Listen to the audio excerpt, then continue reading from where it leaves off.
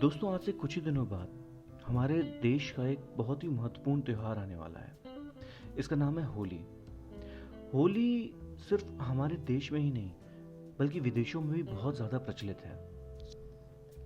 दोस्तों, वैसे तो ये त्यौहार पूरे देश में मनाया जाता है, पर मुख्यतः अगर हम देखें तो उत्तर भारत में इसे बहुत ज़्यादा धूमधाम से मनाया जाता है, वो भी खास करके ब्रज के क्षेत्र में। ब्रज वही क्षेत्र है जहाँ भगवान श्री कृष्ण ने अपना बाल और उसके बाद युवा अवस्था जो थी उनकी, वो उन्होंने वहाँ पर व्यतीत करी थी। इस क्षेत्र में प्रमुखतः वृंदावन, मथुरा, गोकुल, बरसाना, नंदगांव ऐसी जगह और इसके आसपास के और जो गांव हैं वो सारे ब्रज के क्षेत्र में आते हैं। दोस्तों, इस त्योहार से हम सभी बचपन से बहुत अच्छी तरीके से परिचित हैं, लेकिन क्या आप जानते हैं कि होली का त्यौहार आखिर मनाया क्यों जाता है? होली का विवरण हमारे पुरातन ग्रंथों में भी देखने को बहुत आराम से मिल जाता है। होली ज़्यादा करके अंग्रेजी कैलेंडर के मार्च महीने और हिंदू कैलेंडर के हिसाब से फागुन महीने में आती है। ये एक बहुत ही प्राचीन त्यौहार है। ज़्यादातर हिंदू जितनी भी जगह है, हिंदू बहुल क्षेत्र जो भी हैं, वहाँ पे से मनाया जाता है, खास करके भारत में, नेपाल में और ऐसी जगहों पर। आजकल इसका प्रचलन इतना बढ़ गया है कि सिर्फ इन्हीं दो देशों में नहीं बल्कि उसके अलावा भी भारत के बाहर भी इसे अच्छी तरीके से मनाया जाता है और बहुत सारे देशों में मनाया जाता है। भारत में भी इसे बहुत सारे अलग अलग नामों से जाना जाता है, जैसे कि धुरेड़ी, शिगमो, उकली इत्यादि। मुख्यतः ये 2 दिन का त्यौहार होता है, जो कि होलिका दहन से स्टार्ट होकर अगले दिन जब होली का रंग खेला जाता है वहाँ तक सीमित होता है। परंतु ब्रिज में इसकी छटा ही अलग है। ब्रिज में ये लगभग 15 दिन का होता है और अलग अलग गांव में अलग अलग तरीके की होली होती है। जैसे बरसाने की लठमार होली, वृंदावन में फूलों की होली, रंग की होली, गुलाल की होली। इस तरीके से अलग अलग क्षेत्र में, अलग अलग गांव में हर दिन अलग तरीके से इसे मनाया जाता है।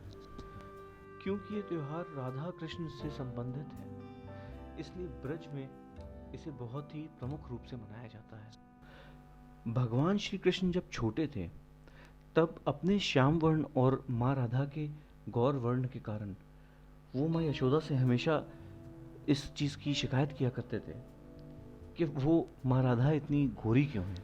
इस प्रश्न से तंग आकर माँ यशोदा ने एक दिन भगवान श्री कृष्ण से कहा कि राधा को रंग लगा दें, जिससे कि वो भी श्याम वर्ण की हो जाएंगी।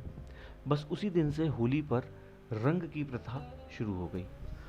कथा के अनुसार हिरण्यकश्यप जो एक असुर राजा थे, उनके पुत्र भक्त प्रहलाद, जो कि विष्णु भगवान के बहुत बड़े भक्त थे, उनको सबक सिखाने के लिए होलिका नाम की राक्षसी को बुलाया गया और होलिका की गोद में प्रहलाद को बैठा करके होलिका में दहन किया गया। उसी को होलिका दहन कहते हैं बेसिकली। उनको दहन किया गया। होलिका क्योंकि जल नहीं सकती थी, इसलिए सबको ये था कि प्रहलाद तो जल जाएंगे और होलिका वैसी की वैसी ही बाहर निकल आएगी। परंतु हुआ इसका ठीक उल्टा। होलिका जल गई और भक्त प्रहलाद उस आग में से ऐसे के ऐसे ही बाहर निकल आए, क्योंकि वो अपने मुख से भगवान श्री विष्णु का नाम ले रहे थे।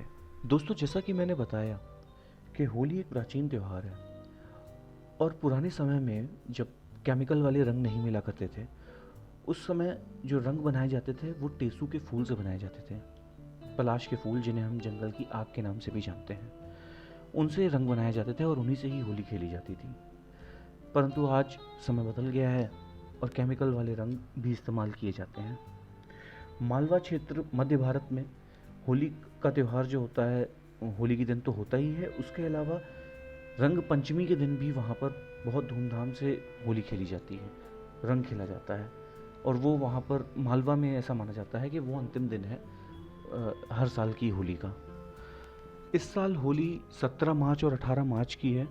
तो आइए दोस्तों, इस साल पूरी हर्षोल्लास के साथ में, पूरे उत्साह के साथ में होली का त्यौहार मनाते हैं, खूब रंग खेलते हैं, खूब मिठाई खाते हैं और जल्दी ही मिलते हैं हमारे नए वीडियो के साथ में। धन्यवाद।